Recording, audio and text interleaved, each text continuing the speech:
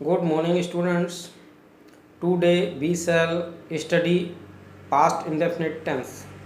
Students, so be ready and try to learn about past indefinite tense. Students, past indefinite के अंतर्गत आज हम affirmative, negative और interrogative Hindi sentence को English में किस तरह से ट्रांसलेट करते हैं ये सीखेंगे। लेकिन विद्यार्थियों, इससे पहले हमें पास्ट इंडेफिनिट की पहचान सीखनी होगी। विद्यार्थियों, पास्ट इंडेफिनिट की पहचान होती है, हिंदी वाक्यों को देखकर पहचानते हैं कि हिंदी वाक्यों के अंत में ता था, ते थे, ती थी अथवा आ, ई, ए ऐसे शब्द आते हैं। फॉर एग्जाम्पल, मोहन मैच खेलता था। इस वाक्य के अंत में देखिए कि आया है ता था, जैसे कि आप अपने मोबाइल डिस्प्ले पर भी देख रहे होंगे। ऐसे ही दूसरे एग्जाम्पल में देखिए, वे फिल्म देखते थे, अंत में आया है ते थे। इसी तरह से नेक्स्ट एग्जाम्पल, मैंने एक पत्र लिखा, अंत में आया खा, यानी खा प्लस आ। इसी तरह से नेक्स्ट एग्जाम्पल, माता जी ने पूजा की, अंत में आया की, यानी का प्लस ई। इस तरह से ये पास्ट इंडेफिनिट की पहचान होती है। विद्यार्थियों, आइए अब हम सीखते हैं पास्ट इंडेफिनिट टेंस के अंतर्गत सबसे पहले अफर्मेटिव सेंटेंस को इंग्लिश में ट्रांसलेट करना। विद्यार्थियों, एक फॉर्मेशन के माध्यम से हम सीखते हैं। फॉर्मेशन मीन्स एक छोटा सा फार्मूला है, यानी अफर्मेटिव सेंटेंस कैसे ट्रांसलेट करते हैं।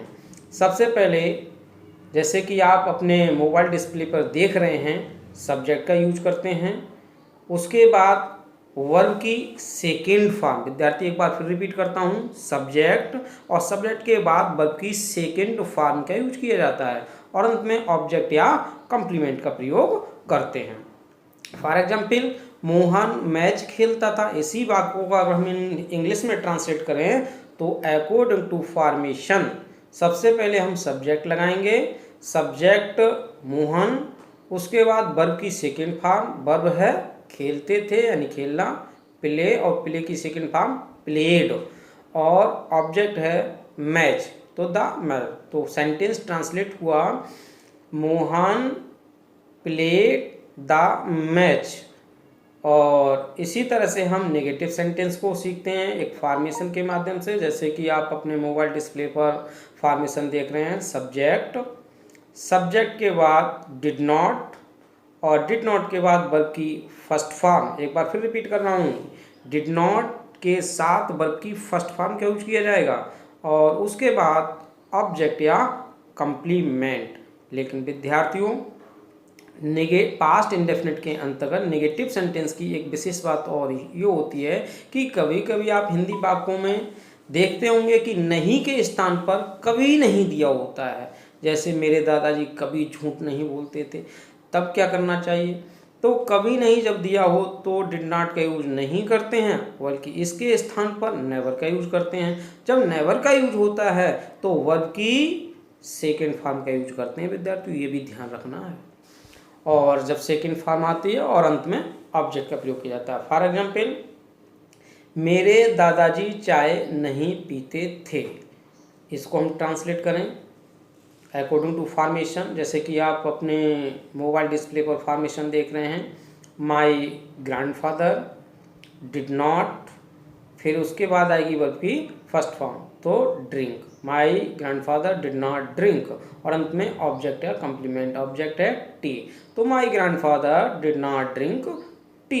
इस तरह से हम ट्रांसलेट नेगेटिव सेंटेंस को करते हैं। लेकिन अगर यही सेंटेंस इस तरह से दिया होता, मेरे दादाजी कभी चाय नहीं पीते थे, तो हम कैसे ट्रांसलेट करेंगे?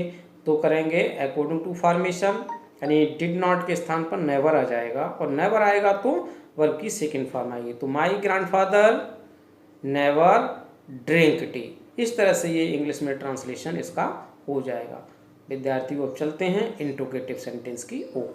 विद्यार्थियों, जैसे कि आप इंट्रोगेटिव सेंटेंस में आप जानते हैं, पहले ही आप पढ़ चुके हैं, दो प्रकार के होते हैं। सिंगल इंट्रोगेटिव अर्थात यस आर नो क्वेश्चन, दूसरे डबल इंट्रोगेटिव यानी WH क्वेश्चन।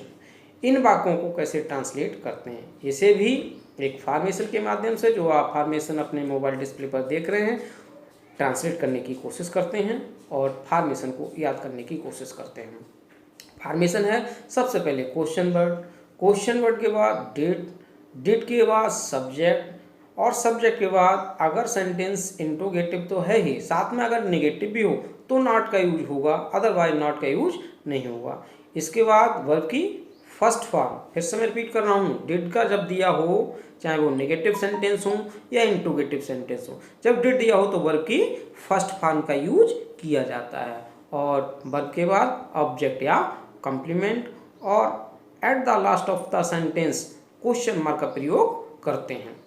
इस तरह से हम इंट्रोगेटिव सेंटेंस को ट्रांसलेट इस फॉर्मेशन के माध्यम से कर सकते हैं। लेकिन विद्यार्थियों, एक विशेष नियम इंट्रोगेटिव सेंटेंस में, पास्ट इंडेफिनिट टेंस में ये होता है कि अगर डबल इंट्रोगेटिव सेंटेंस इंग्लिश में हु से शुरू हो, यानी क्वेश्चन वर्ड हु हो, तो हु के साथ डिड का प्रयोग नहीं करते हैं।